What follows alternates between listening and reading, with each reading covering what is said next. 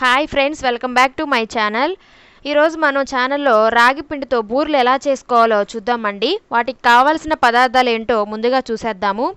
అవి 1 కప్పు రాగి పిండి అండి, సేమ్ అదే కప్పు సరిపడే విధంగా 1 కప్పు బెల్లం అండి, అలాగే 1/2 కప్పు తురుము రీఫైండ్ సరిపడా ఆయిల్ అండి.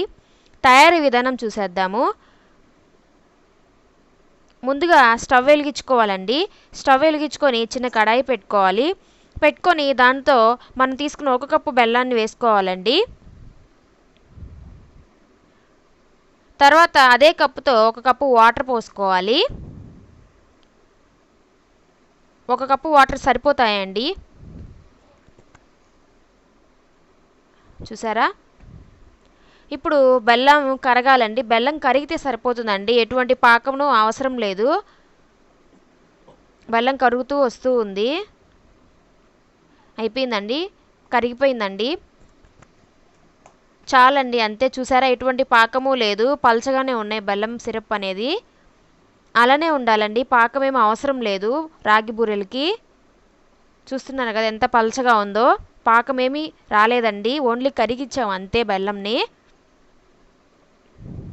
తర్వాత బెల్లంని వడపోసుకుంటున్నామండి, ఎందుకంటే బెల్లంలో ఏమైనా డస్ట్ ఉంటే పోతుందండి.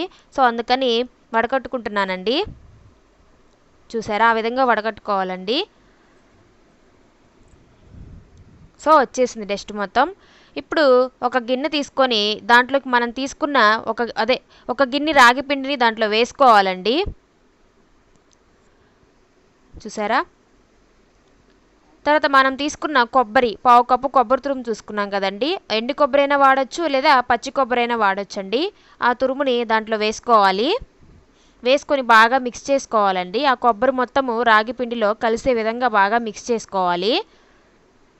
తర్వాత బెల్లం సిరప్లో, అంటే బెల్లం సిరప్ వేడిగా ఉంటుందండి కాస్త, అందుకని నేను గరిట ఉపయోగించి కొంచెం కొంచెం వేసుకుంటూ కలుపుకుంటున్నానండి. మొత్తం ఒకేసారి వేయొద్దండి, ఎందుకంటే పిండి పలచనైపోయే ఛాన్స్ ఉంటుంది. సో కొంచెం కొంచెం వేసుకుంటూ, చపాతీకి మనం ఎలా అయితే గోధుమ పిండిని కలుపుతామో సేమ్ అదే ప్రాసెస్లో కలుపుకోవాలండి. చూసారా? ఆ విధంగా కలుపుకోవాలి. కలిపినప్పుడు కలర్ అనేది కొంచెం చేంజ్ అవుతూ వస్తుంది. చూసారా? అలా చేంజ్ అవుతుంది. ఆల్మోస్ట్ అయిపోయిందండి, ఇంకొంచెం వాటర్ అయితే సరిపోతాయి. చూసారా? కొంచెం బ్రౌన్ కలర్ ఆ కలర్లోకి వస్తుంది.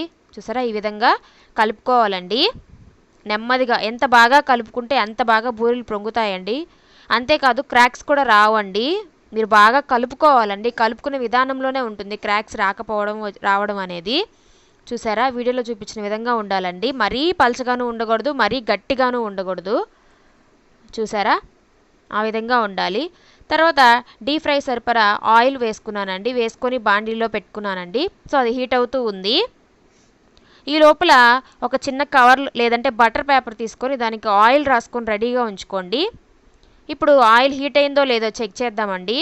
కొంచెం రాగి పిండిని తీసుకొని వేసానండి. చూసారా? అది ఎలా పొంగుతూ వచ్చిందో. సో పైకి పొంగుతూ వచ్చింది అంటే ఆయిల్ హీట్ అయినట్టు మనం అర్థం చేసుకోవచ్చండి. తర్వాత మనం రెడీ చేసుకున్న పిండి ముద్దని అలా ఒత్తుకోవాలండి. మరీ పల్చగాను ఒత్తుకోకూడదండి, మరీ లావుగాను ఒత్తుకోకూడదు, సరిపడా ఒత్తుకోవాలి. చూసారా? కొంచెం మందంగానే ఒత్తుకోవాలండి. అది నెమ్మదిగా తీసుకొని, చూస్తున్నారు కదా, స్పీడ్గా లాగొద్దండి, చునిగిపోవడం లేదంటే క్రాక్స్ రావడం జరుగుతుంది. తీసుకొని ఆయిల్లో వదిలేసానండి. చూసారా? మంట అనేది మీడియం ఫ్లేమ్లోనే పెట్టుకోండి. చూసారా ఎలా పొంగుతుందో? వేసిన తర్వాత మనం గరిటె తీసుకొని కొంచెం అలా 1 మినిట్ ఆగి కొంచెం కదపాలండి. అప్పుడే 4 వైపులా ఈక్వల్గా కాలుతుంది. చూసారా ఎలా పొంగుతుందో?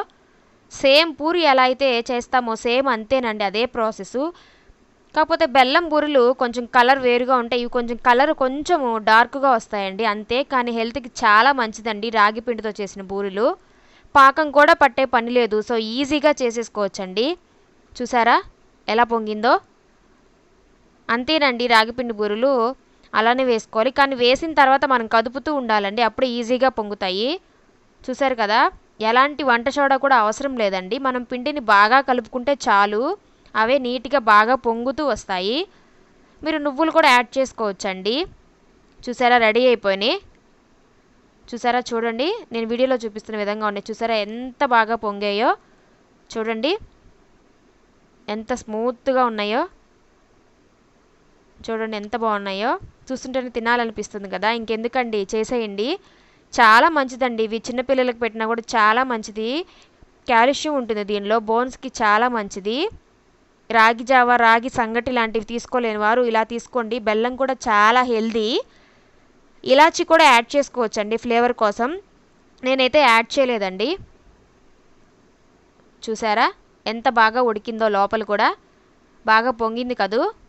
సో మీరు పిండి బాగా కలుపుకోవాలండి. బాగా మెత్తగా చేసుకొని కొంచెం బాగా కలుపుకుంటే బాగా పొంగుతూ వస్తాయండి. సో నా ఛానల్ కనుక నచ్చినట్లయితే సబ్స్క్రైబ్ చేసుకోండి, లైక్ చేయండి, షేర్ చేయండి, కామెంట్ చేయండి. థ్యాంక్స్.